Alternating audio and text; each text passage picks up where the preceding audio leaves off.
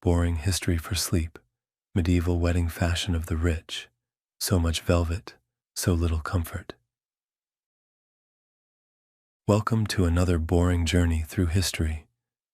Tonight, we're diving deep into the fascinating world of medieval fashion, specifically what rich people wore to weddings in the 13th century Europe.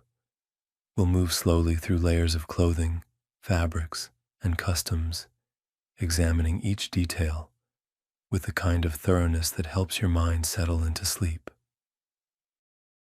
The revolutionary change in medieval clothing.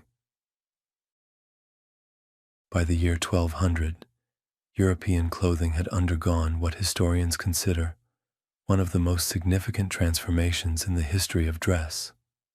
For over 1,000 years, people had followed the Greek and Roman tradition of wrapping themselves in elaborate shawls, togas, and cloaks that were essentially sophisticated blankets fastened with fibulae, those decorative brooches and buckles you might see in museums today.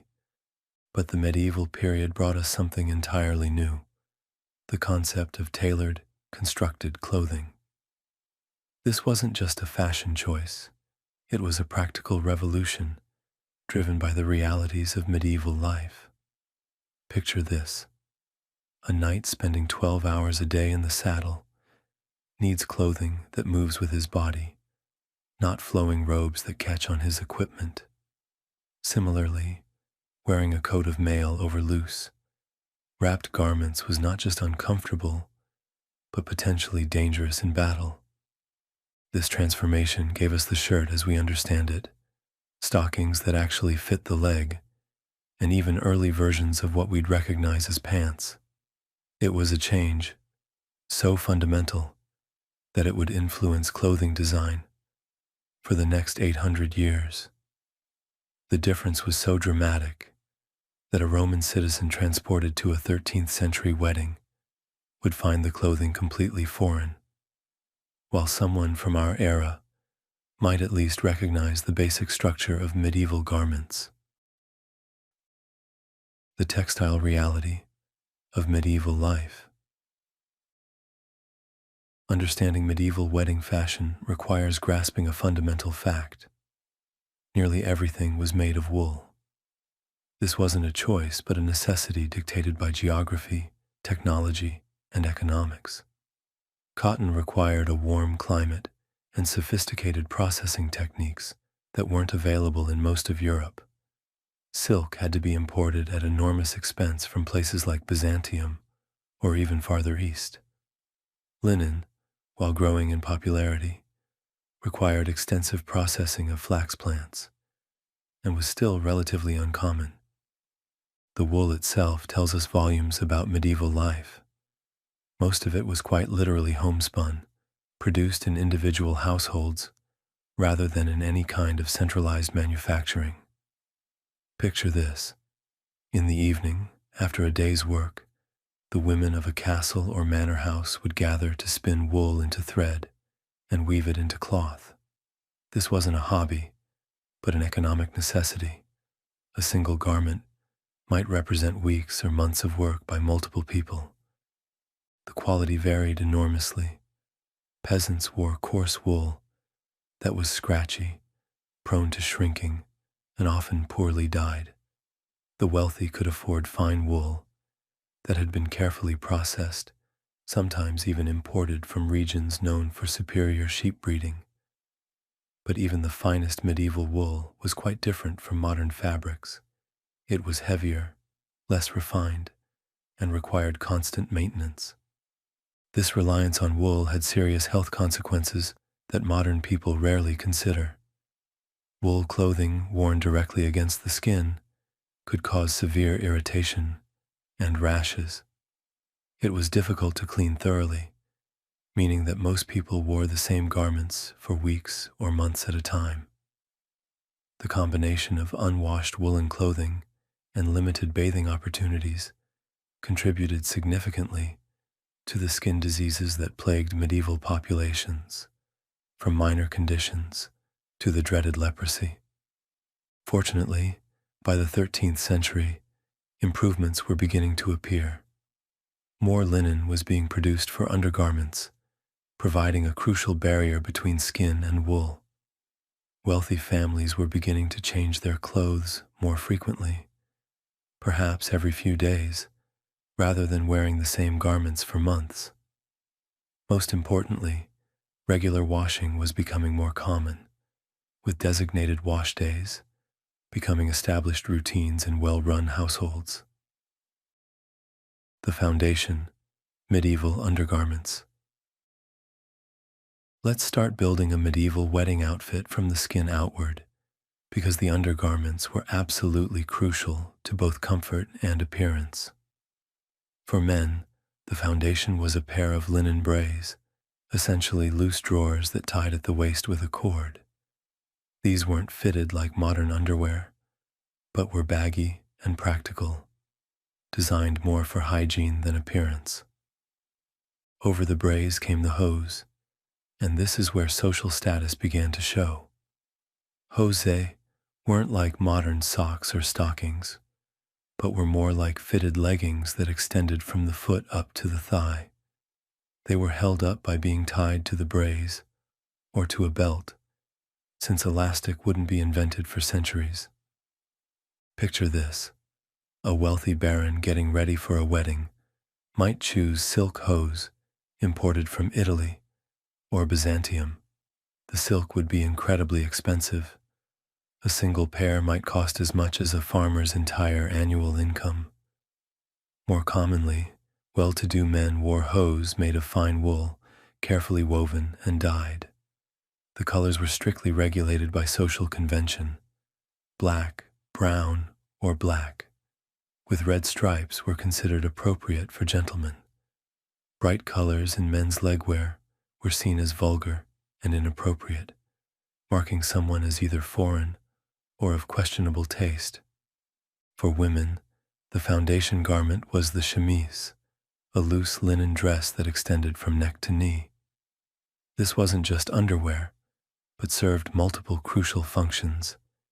It protected the expensive outer garments from body oils and perspiration, provided a smooth foundation for fitted outer clothes, and most importantly, created a barrier between the skin and the rough woolen garments that would be layered on top. The quality of linen used for chemises varied dramatically based on wealth. The finest linen came from Flanders and was bleached to a brilliant white, using techniques that were closely guarded trade secrets. This premium linen was so smooth and fine that it felt almost like silk against the skin.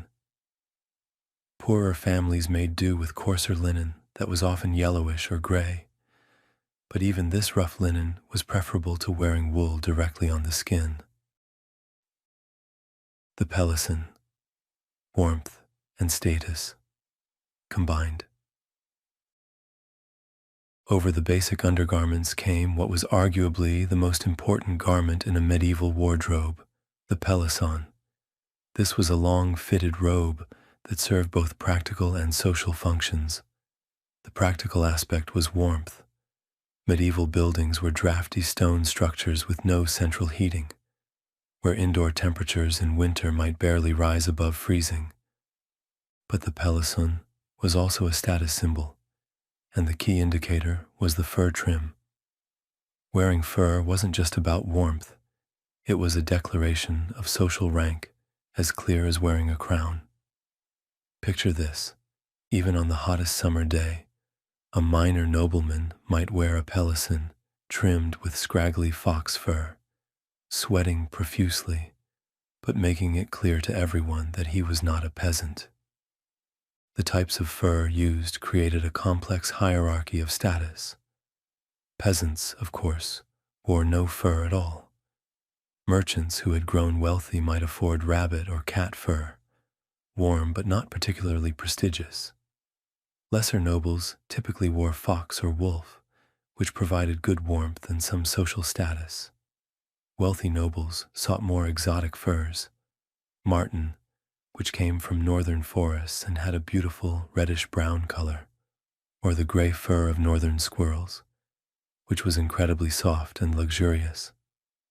At the very top of the fur hierarchy was ermine, the white winter coat of the stoat.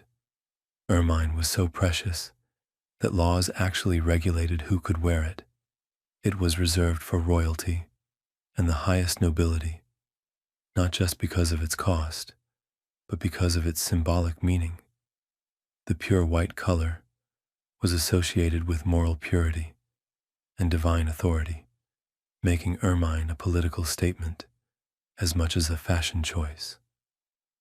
The fur trade that supplied these garments was one of medieval Europe's most important commercial enterprises. Furs came from as far away as Russia and Scandinavia, transported across thousands of miles by networks of traders. A single ermine pelt might change hands half a dozen times before reaching its final destination, with each trader adding their markup. By the time an ermine-trimmed pelison reached a wedding guest, it represented not just enormous expense, but a complex international supply chain. The bliout, artistry in fabric. Over the pelison came the bliout, the garment that offered the greatest opportunity for artistic expression and conspicuous consumption. The bliout was essentially a tunic, but calling it that underestimates its complexity and importance. For women, the bliout was often fitted so tightly that breathing became difficult, requiring assistance from servants, both to put it on and to move comfortably while wearing it. The fabrics used for bliauts tell us remarkable stories about medieval trade and economics. The most prestigious option was silk, but not just any silk. The finest came from Byzantium and was woven with threads of actual gold and silver. Picture this: a noble woman's wedding. Bliout might literally sparkle and glitter as she moved, the metallic threads catching every ray of sunlight or flicker of candlelight. There was also samite, a heavy silk fabric that medieval poets loved to describe in their verses. Samite was woven with large, colorful threads that created rich, complex patterns. It was substantial enough to hold elaborate embroidery and heavy enough to drape dramatically, making it perfect for formal occasions. A samite bliout was an investment equivalent to a modern luxury car, something that might be worn only a few times, but would be treasured for generations. For those who couldn't afford silk, there were sophisticated alternatives. Sendal was a lighter, airier silk that shimmered, almost like water when the wearer moved. It was particularly popular for summer weddings because it provided elegance without excessive warmth. Cotton, when available, was often marketed deceptively. Merchants would advertise silk at a marvelously low price that was actually high-quality cotton, woven in Sicily. The colors and patterns of bliauts were subject to both fashion and regulation. Certain colors were associated with specific social ranks or political allegiances. Blue, for example, was often the color of a particular noble house, and wearing blue to a wedding might indicate political support or family connection. The dyeing process itself was incredibly complex and expensive. Achieving a rich, deep color required multiple treatments with dyes that might be imported from as far away as India or the Middle East. The mantle, the ultimate status symbol. No piece of medieval wedding attire was more important for displaying social rank than the mantle, a semicircular cloak that was draped over the shoulders and fastened at the neck. The mantle was visible from a distance, immediately communicating the wearer's social position to everyone present. It had to be worn correctly.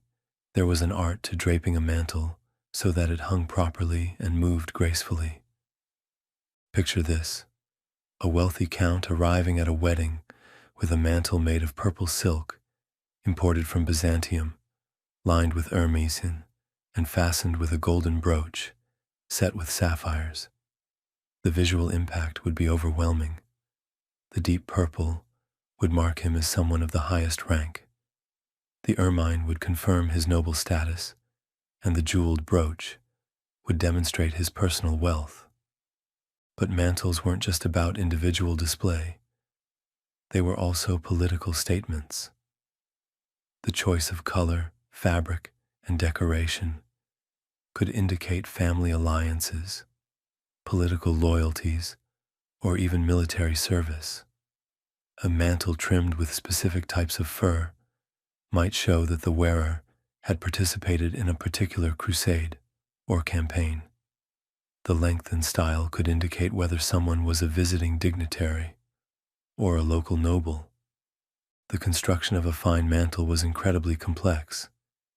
The semicircular shape had to be cut from a single piece of fabric to hang properly, which meant that large mantles required enormous amounts of expensive material.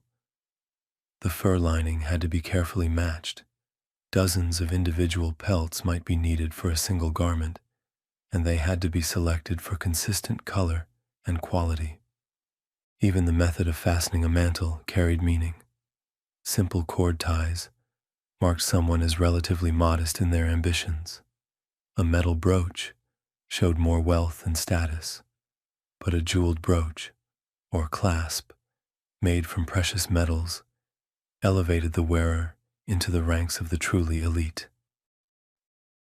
Footwear, from practical to spectacular. Medieval shoemaking had reached remarkable levels of sophistication by the 13th century, offering wedding guests options that ranged from practical to utterly extravagant. The basic technology was similar to modern shoemaking. Leather was cut, shaped, and sewn to create fitted footwear that protected the feet and provided reasonable comfort. But for special occasions like weddings, shoes became opportunities for artistic expression and status display.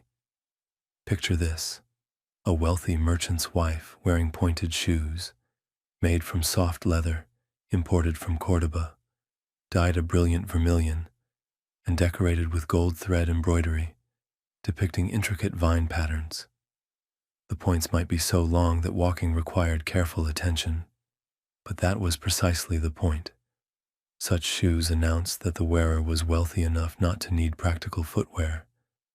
The pointed shoe fashion, which was just beginning to appear in the 13th century, would eventually become so extreme that laws would be passed regulating the length of shoe points.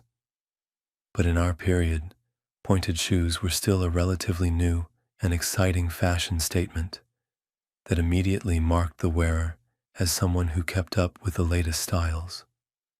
For the truly wealthy, shoes might be made from cloth rather than leather, an even more impractical choice that demonstrated complete disregard for durability or weather resistance. These cloth shoes were often plated with gold leaf and studded with precious stones, creating footwear that was more like wearable jewelry than practical protection for the feet. The contrast between wedding footwear and everyday shoes was stark. Most people owned only one or two pairs of shoes that had to last for years and be practical for walking on muddy roads and rough terrain. But wedding shoes could be purely decorative, designed to be worn only indoors or for special ceremonies where appearance mattered more than function. Headwear, crowns, caps, and social hierarchy. Perhaps no element of medieval clothing communicated social status more immediately and clearly than headwear. The moment someone appeared at a wedding, their head covering instantly placed them within the complex hierarchy of medieval society. This wasn't accidental. Sumptuary laws in many regions actually regulated who could wear which types of headwear. For men, the options ranged from simple cloth caps to elaborate ceremonial headpieces that were essentially crowns. A working farmer might wear a simple felt cap that provided protection from sun and rain. A prosperous merchant could afford a cap made from better materials, perhaps with some decorative elements, but a nobleman would wear something that announced his rank from across a crowded hall. Picture this: a duke arriving at a wedding, wearing what was called a cap of presence, a velvet bonnet embroidered with gold thread and set with precious stones. The cap might feature a flattened top that would eventually evolve into the academic mortarboard, but in the 13th century, it was purely a symbol of temporal power and wealth. Some of the most elaborate male headwear featured jeweled bands, metallic threads, and even small sculptures or emblems that indicated family heritage or military achievements. These weren't hats in any modern sense, but were closer to wearable art objects that cost as much as a small estate. For women, headwear was somewhat simpler in the 13th century than it would become in later periods, but it was no less significant for social positioning. Most noble women were content with their long braids intertwined with ribbons, but the quality and decoration of those ribbons spoke volumes about family wealth and social connections. For the most formal occasions, women might wear actual crowns, not ceremonial symbols of political power, but personal jewelry pieces that were nonetheless substantial investments. These crowns were made from gold and set with precious stones, often designed with intricate patterns that told stories about family history or religious devotion. The seasonal adaptation of headwear was also important. Summer weddings called for lighter coverings that provided some protection from sun while maintaining elegance. Winter celebrations required more substantial head coverings that balanced warmth with style. The ability to own different headwear for different seasons was itself a mark of wealth and social status. The economics of medieval wedding fashion. Understanding medieval wedding fashion requires grappling with the economic realities that shaped every clothing choice. A single elaborate outfit suitable for attending an important wedding could cost as much as a small farm or a year's wages for a skilled craftsman. This wasn't simply because medieval people were extravagant, but because every element of fine clothing required enormous investments of time, skill, and rare materials. Consider the process of creating a silk bliot. The silk itself had to be imported from Byzantium or even farther east, a journey that might take months and involve dozens of middlemen. The dyes needed for rich colors came from specific plants or animals found only in certain regions. The deep purple that indicated the highest social rank came from murex shells found in the Mediterranean, and producing enough dye for a single garment might require thousands of shells. The gold thread used for embroidery was literally made from actual gold, beaten into sheets so thin they were almost transparent, then cut into narrow strips and wound around silk cores. A heavily embroidered garment might contain enough gold to represent a substantial financial investment that could be recovered by melting down the threads if necessary.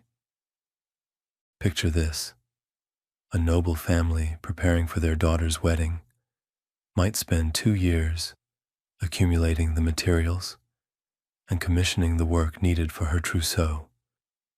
They might pledge portions of their land as collateral to Jewish moneylenders, since the Christian prohibition on charging interest meant that most commercial lending was handled by Jewish financiers, who operated under different religious rules. The pressure to maintain appearances could be financially devastating. Families often went into debt for generations to afford the clothing necessary for important social occasions. A nobleman who appeared at a major wedding dressed inappropriately might find himself excluded from future social and political opportunities, making the investment in fine clothing a genuine economic necessity rather than mere vanity. This economic pressure led to the development of sophisticated systems for sharing and borrowing clothing within noble families.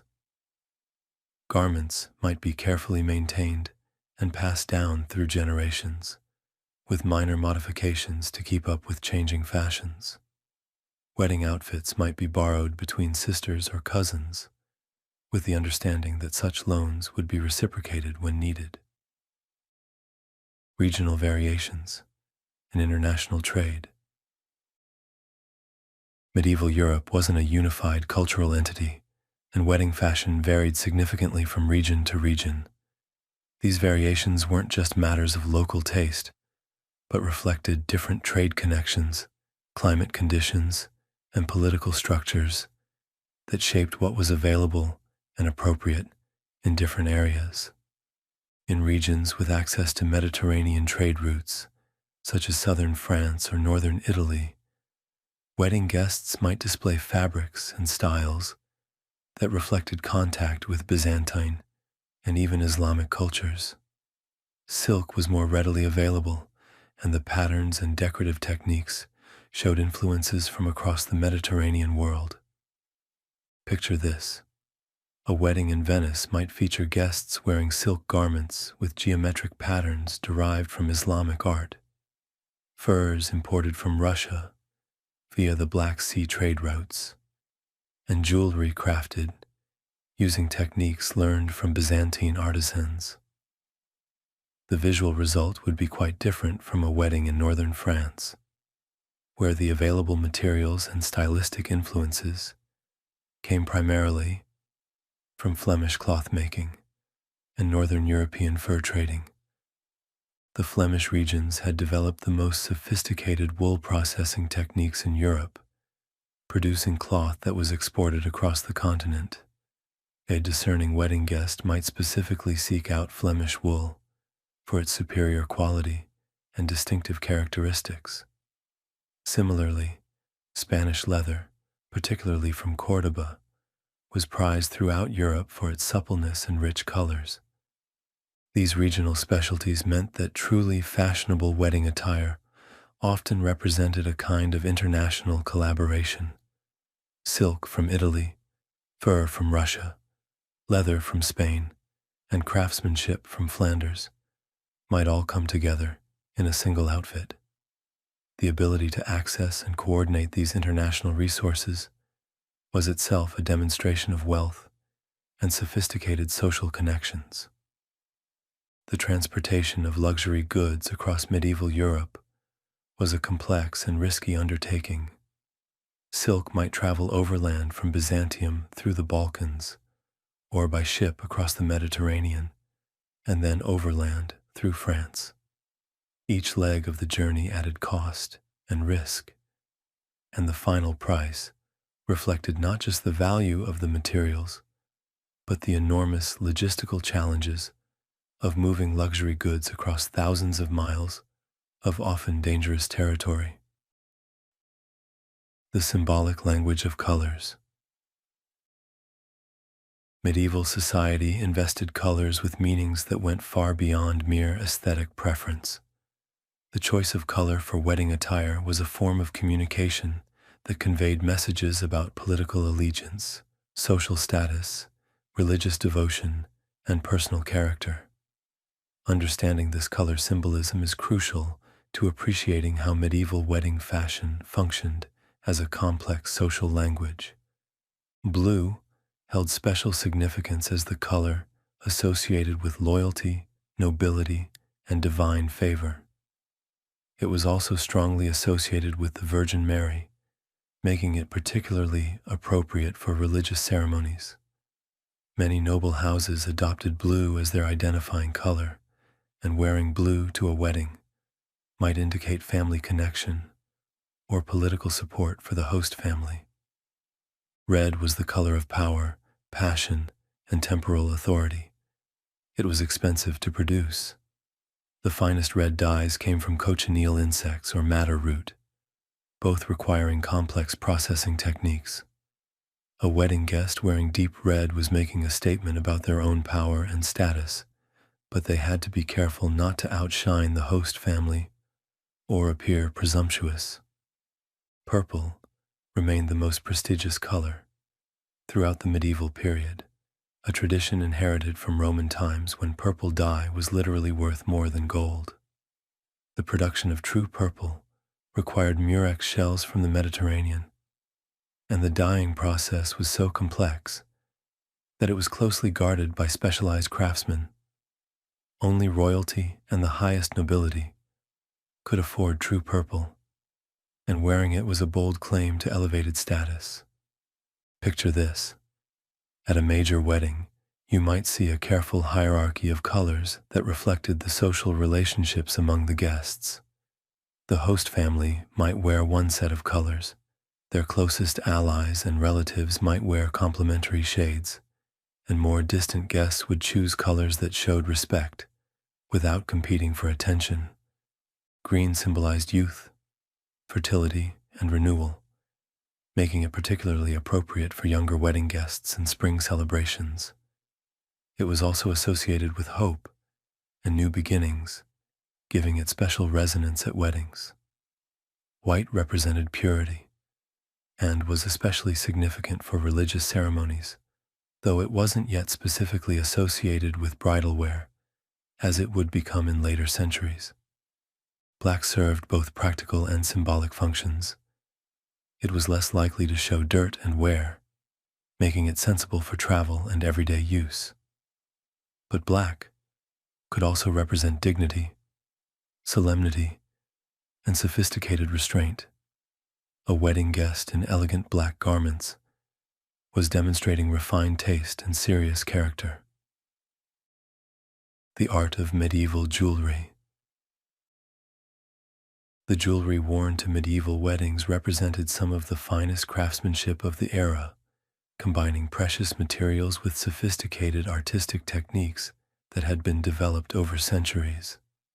These weren't just decorative accessories, but were investments, status symbols, and often believed to possess magical properties that could protect the wearer or bring good fortune. Every person of social significance wore at least one ring, and often several. These rings served practical purposes as well as decorative ones. Signet rings functioned as personal seals that could authenticate documents or messages.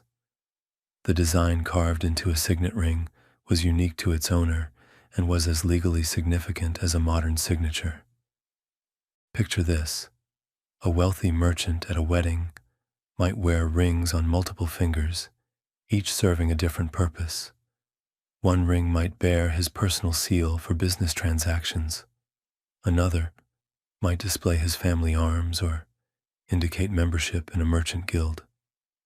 A third might be set with stones, believed to have protective properties, perhaps a sapphire to guard against poison, or an emerald to preserve eyesight. The belief in the magical properties of gemstones was widespread and sophisticated. Medieval lapidaries, books describing the properties of stones, provided detailed instructions about which gems could protect against specific diseases, enhance personal qualities, or provide protection in dangerous situations. A wedding guest's choice of jewelry was often influenced as much by these supposed magical properties as by aesthetic considerations. Women's jewelry was often more elaborate and varied than men's. Wealthy ladies might wear multiple necklaces layered at different lengths, each set with different stones, chosen for their supposed protective or enhancing properties. Brooches were not just decorative but functional, used to fasten mantles and other garments. The quality and design of these brooches immediately communicated the wearer's social status and personal wealth.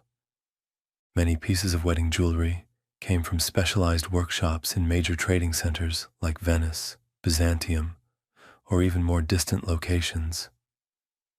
The international nature of the luxury jewelry trade meant that a single piece might combine materials from around the known world: gold from Africa, pearls from the Persian Gulf, sapphires from Ceylon, and craftsmanship techniques developed in multiple cultural traditions. hair and grooming, the politics of appearance. By the 13th century, men's grooming had undergone a significant transformation that reflected broader changes in medieval society and the influence of religious authorities on secular fashion. Earlier generations of medieval men had worn elaborate beards and long hair as symbols of masculinity and warrior status, but this was changing. The church had been campaigning against long beards for generations, with various bishops and popes declaring that excessive facial hair was associated with vanity, paganism, or even demonic influence. Pope Gregory VII had issued formal anathemas against long beards, and many bishops regularly preached that they were the sign of the children of Belial. Picture this. A wedding in 1200 would feature male guests who were almost universally clean-shaven, their faces scraped smooth by barbers, who visited the castle several times each week. This represented a dramatic change from earlier medieval practice and showed the growing influence of church authorities on secular life and fashion. The hair on men's heads was allowed to grow somewhat longer and was often arranged in small curls or waves. This required considerable attention and skill. Wealthy men employed servants who specialized in hair care and styling. The contrast between the carefully groomed hair on their heads and their clean-shaven faces created a distinctive look that marked them as fashionable and devout. For women, hairstyles were generally simpler during this period than they would become in later centuries, but they were no less significant for social positioning. Most noble women wore their hair in long braids that were often intertwined with ribbons, but the quality and decoration of those ribbons immediately communicated family wealth and social status. The braiding of women's hair was an art form that required considerable skill and time. Picture this. A noble woman preparing for a wedding might spend hours having her hair arranged by specialized servants who understood the complex techniques needed to create elaborate braided patterns that would hold their shape throughout a long day of ceremony and celebration. For the most formal occasions, women might weave gold thread directly into their braids, creating a shimmering effect that caught light beautifully. This wasn't just decorative, but represented a substantial financial investment. The gold thread was valuable enough that it might be carefully removed and reused for future occasions. The seasonal aspects of hair care were also important. Summer weddings called for styles that would be comfortable in warm weather, while winter celebrations required arrangements that could be covered appropriately with veils or hoods when moving between heated indoor spaces and cold outdoor areas. The spectacle of display. Medieval weddings were ultimately elaborate theatrical performances in which every element of dress and decoration contributed to a carefully orchestrated display of wealth, power, and social relationships. The visual impact of these celebrations was intended to be overwhelming, a feast for the eyes that would be remembered and discussed for years afterward. Picture this: hundreds of wedding guests arriving in procession, each dressed in their finest garments, creating a moving tapestry of colors, textures, and precious materials. The coordination required was enormous. Families had to plan their outfits, not just for individual impact, but to contribute appropriately to the overall spectacle without competing inappropriately with the host family or other important guests. The economic impact of these displays extended far beyond the immediate participants. The production of wedding finery supported networks of craftsmen, traders, and specialists across Europe and beyond. Silk merchants, furriers, jewelers, embroiderers, and dozens of other specialists might contribute to outfitting the guests at a single major wedding.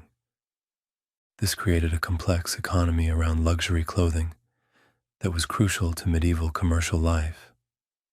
The demand for wedding finery drove innovation in textile production, motivated long-distance trade relationships, and supported the development of specialized crafts that pushed the boundaries of what was technically possible with medieval tools and techniques. The social functions of these displays were equally complex. Wedding fashion helped establish and reinforce the hierarchies that held medieval society together. It provided a peaceful way for noble families to compete for status and recognition. It demonstrated the prosperity and stability of regions and political entities to visitors from distant areas. Most importantly, the elaborate nature of wedding fashion helped transform marriage from a simple personal arrangement into a major social and political event that involved entire communities and could influence relationships between families and regions for generations to come. Getting dressed for a medieval wedding wasn't a simple matter of throwing on your best outfit. For wealthy guests, the preparation could take months of planning and several hours on the actual day. This elaborate process shows us just how much effort went into participating in high society during the Middle Ages. A countess preparing for a wedding would wake at dawn, knowing the next 3 hours would be devoted entirely to getting ready. First came an elaborate bath, much more involved than daily washing. Servants heated water and added herbs that were believed to provide both pleasant scents and magical benefits. Rose petals were thought to enhance beauty. Sage supposedly warded off evil spirits, and lavender helped calm pre-wedding nerves. The bathing happened in wooden tubs, lined with linen to prevent splinters. Servants kept the water warm by adding heated stones or fresh hot water throughout the process. This wasn't a quick wash, but a leisurely ritual that might last an hour. Multiple servants attended the bather, helping with washing, providing conversation, and beginning the long process of preparing her hair for styling. After bathing came various beauty treatments. Medieval cosmetics were quite different from what we use today, but served similar purposes. Women applied a paste made from ground almonds and rose water to whiten their skin. Paleness was fashionable because it showed you didn't have to work outdoors. These cosmetic ingredients were often expensive imports: rose water from Damascus, almond oil from Spain, or musk from the Far East. Drying off was another elaborate ritual. Servants warmed linen towels by the fire and scented them with herbs. While wrapped in these towels, the lady's hair would be carefully combed and prepared for styling. Medieval combs were often beautiful objects in their own right, carved from ivory or precious woods, sometimes decorated with silver or gold. Combing out hair that might reach past the knees required patience and skill to avoid painful tangles. The psychology of medieval modesty. Medieval attitudes toward bodies and clothing reveal thought patterns very different from our modern views. All those layers of clothing weren't just about staying warm. They reflected deep beliefs about morality, spirituality, and the proper ordering of society. In the medieval mind, the naked body was associated with sin, vulnerability, and humanity's fall from paradise. This wasn't simple prudishness, but a complex theological understanding. Clothing was seen as both a punishment for original sin and a protection against further moral corruption. Those layers covering the body from neck to floor served as armor against both physical and spiritual dangers. When a young noblewoman dressed for a wedding, She understood that each layer of clothing created a barrier between her pure soul and the corrupting influences of the world. The chemise protected her skin from rough outer garments, but it also symbolically protected her virtue. The tight lacing of her dress wasn't just about achieving a fashionable silhouette. It was about literally containing and controlling the female body, which was considered more susceptible to sin than male bodies. This psychology influenced color choices and decorations too. Bright colors meant joy and celebration, but could also signal moral danger. Too much brightness might indicate vanity or pride. Choosing appropriate dress for different occasions required constant negotiation between necessary display and dangerous excess. Men faced similar but distinct pressures. Fashion and religious authorities demanded clean-shaven faces, representing submission to both social and divine order. Shorter hair and more austere clothing, compared to earlier medieval periods, reflected a new ideal of Christian masculinity that valued self-control over the warrior excesses of previous generations. The act of dressing took on almost religious significance. Each garment went on in a specific order, often accompanied by prayers for protection. People believed certain items had protective powers: a shirt worn by a saint, a ring blessed by a bishop, or a cloak that had touched a holy relic.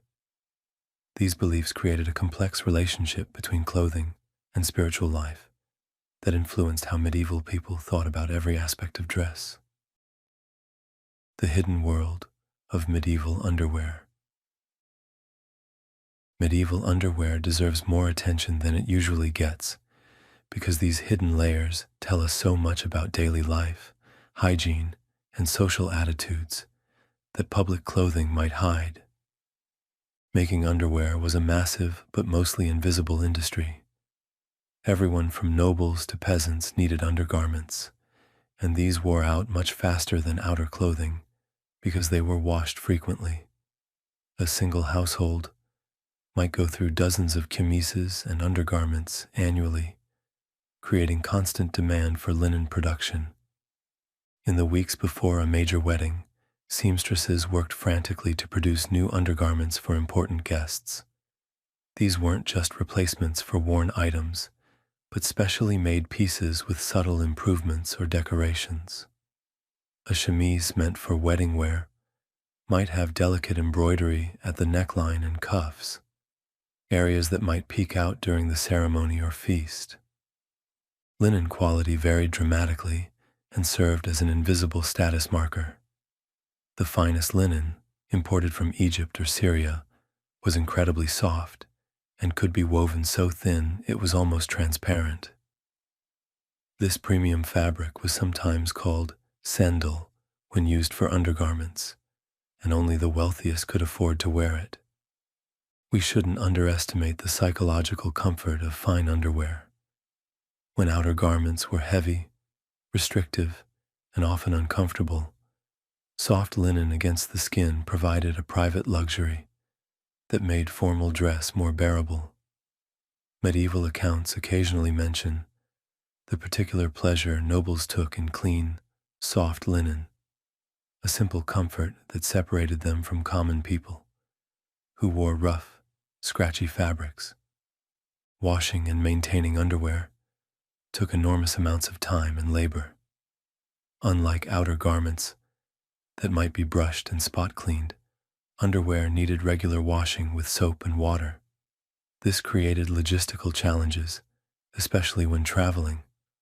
Wealthy families might transport cartloads of clean linen to distant weddings, along with servants whose only job was maintaining the underwear supply. The geography of medieval fashion. Where you lived in medieval Europe profoundly affected what you could wear. Without our modern global supply chains, geography shaped fashion in ways that might surprise us today.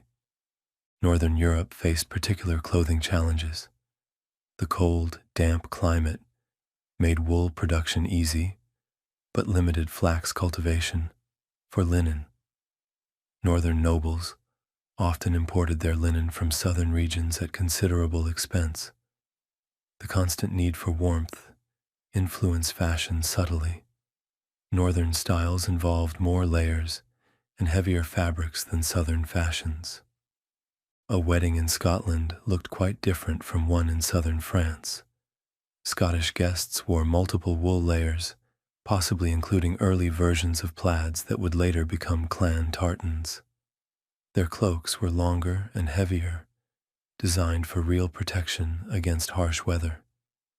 The color palette stayed muted, limited by dyes that could be produced from local plants.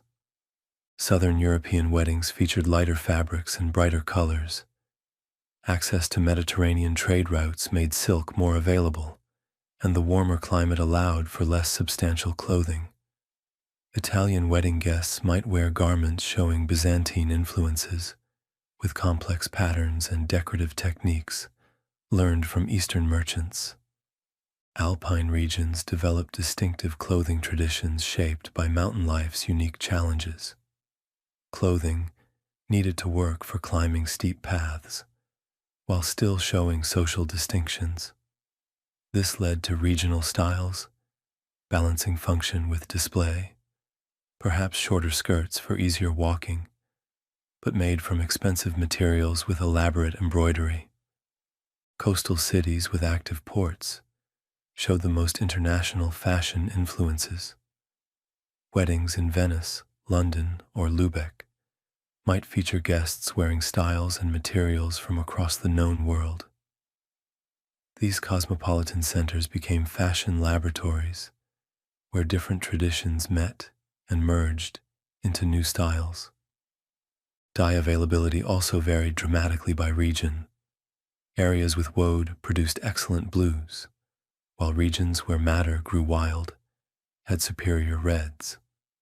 The famous Flemish scarlet came from combining madder with Mediterranean kermes insects, requiring complex trade relationships to bring together the necessary ingredients. The technology of medieval clothing production. Medieval clothing production used remarkably sophisticated tools and techniques, representing centuries of accumulated knowledge. Understanding these technologies helps explain why fine clothing costs so much, and why certain effects that look simple to us were actually remarkable achievements. The spinning wheel was just beginning to appear in the 13th century Europe, revolutionizing textile production. Before its introduction, all thread was spun using a simple spindle, so slow that making enough thread for one garment might take weeks.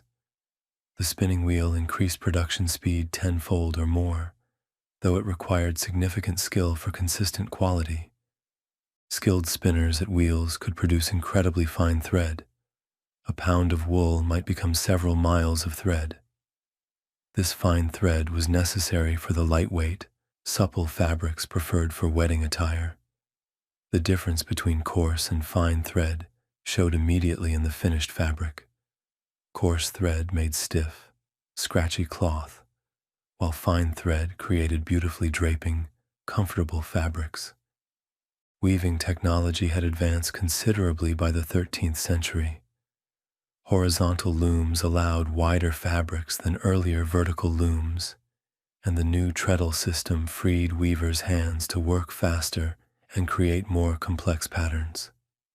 Master weavers could create fabrics with integrated patterns that would challenge even modern machinery. Dyeing was perhaps the most technically complex aspect of clothing production.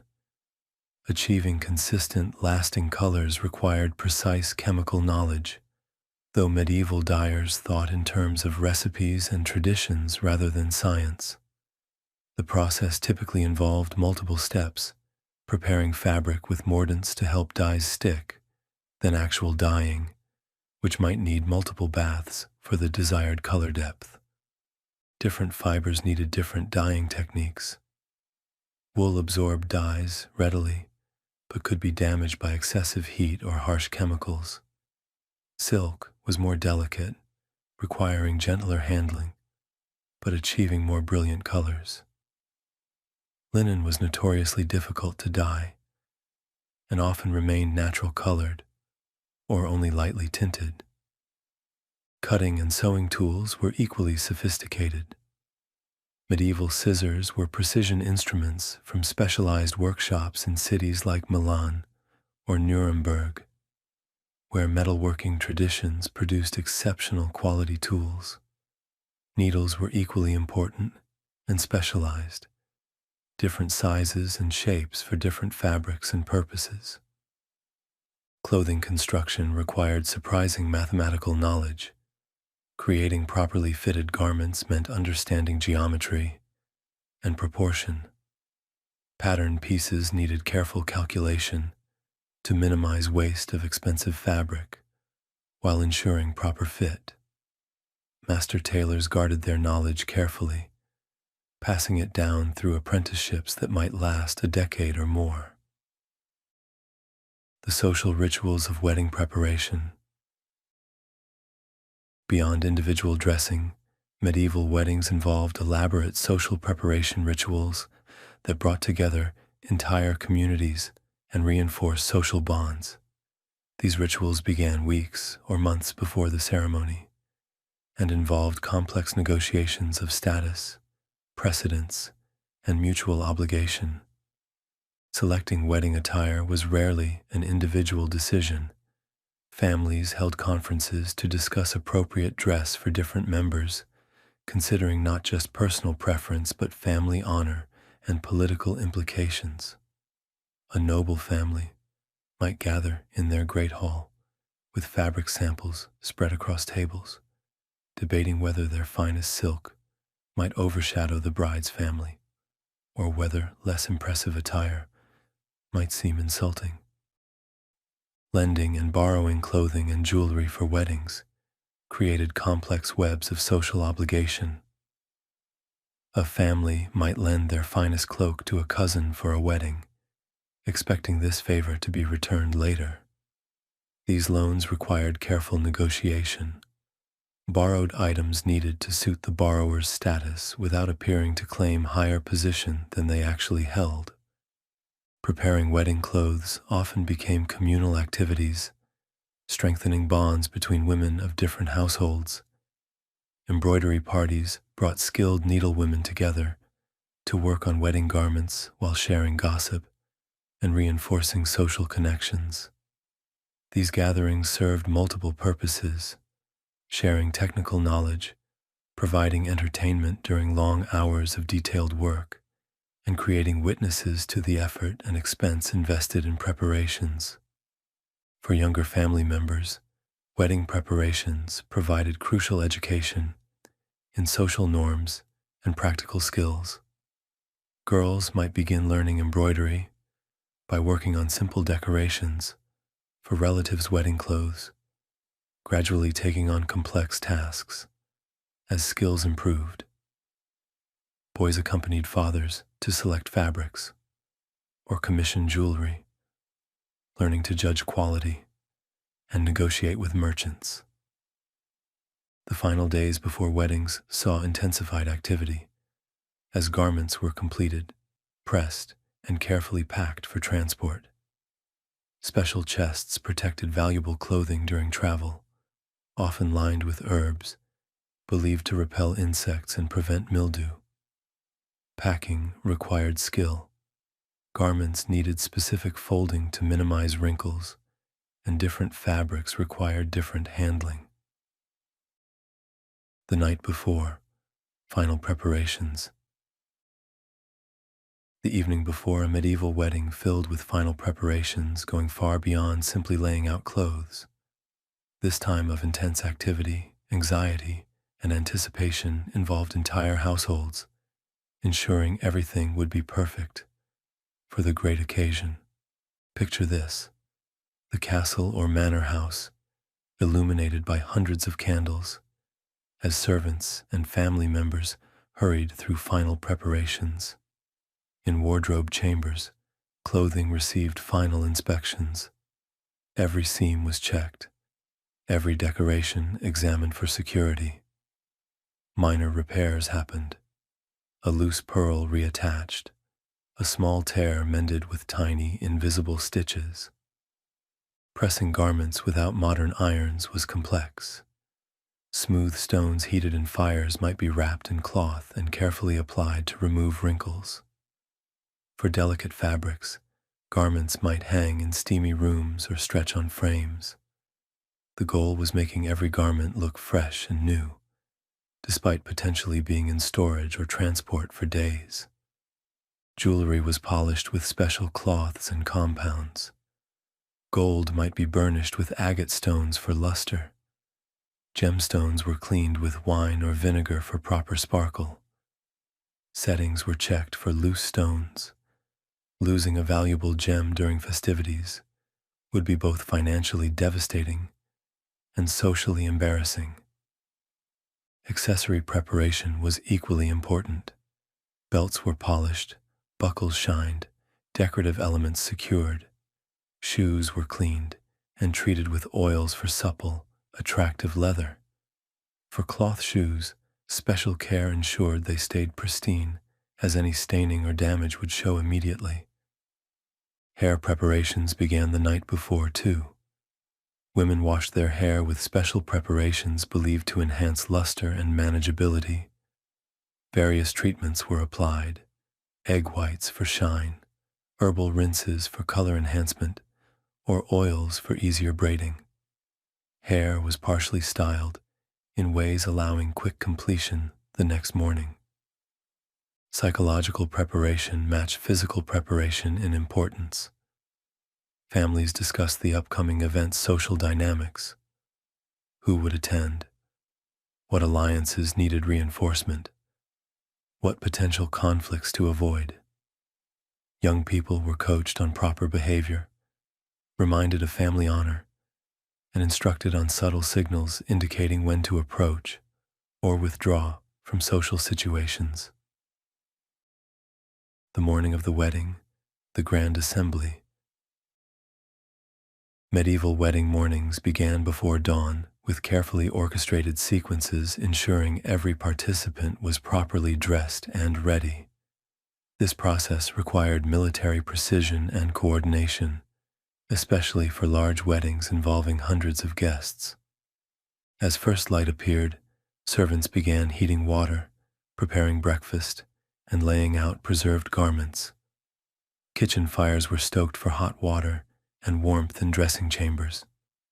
In wealthy households, specific servants were assigned to assist each important family member with dressing.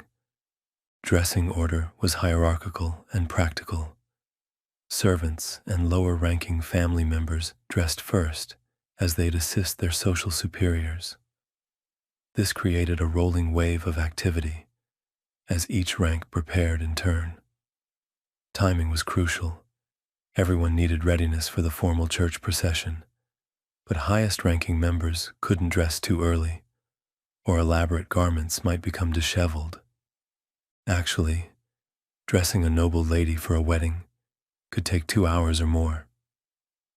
First came careful washing and body preparation, then the chemise, which had to lie perfectly smooth and properly positioned. Hose came next, carefully rolled up legs and secured with potentially decorative garters. Each layer added complexity and time to the process. Conclusion: the legacy of medieval wedding fashion. As we reach the end of our journey through the elaborate world of medieval wedding fashion, we can appreciate how these clothing systems represented far more than simple vanity or display. They were complex languages of social communication, economic networks that spanned continents, and artistic traditions that pushed the boundaries of medieval craftsmanship. Every thread told a story about trade relationships, political alliances, religious beliefs, and social aspirations. From the humblest linen chemise to the most elaborate fur-trimmed mantle, medieval wedding clothing was designed to communicate precise messages about identity, status, and relationships within the intricate web of medieval society. The investments that families made in wedding attire represented not just personal expenses, but essential tools for navigating the complex social and political networks that determine success or failure in medieval life. The ability to dress appropriately for important occasions could open doors to advantageous marriages, political alliances, and commercial opportunities. Understanding medieval wedding fashion also helps us appreciate the enormous changes that have occurred in how we think about clothing, identity, and social relationships.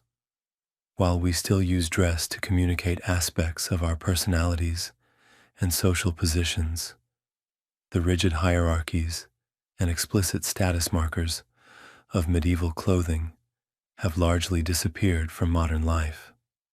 The next time you attend a wedding, you might consider how we still use clothing to show respect, celebrate relationships, and participate in communities, though perhaps not quite as elaborately as those medieval nobles who gathered in their silk and ermine to witness ceremonies that were as much about politics and economics as they were about love and commitment. Sleep well and dream of golden threads woven into ancient patterns, of precious furs that traveled thousands of miles to reach castle halls, and of crowns that caught candlelight in stone chapels where every garment was chosen to tell a story about power, wealth, beauty, and the eternal human desire to belong and be recognized in the grand theater of social life.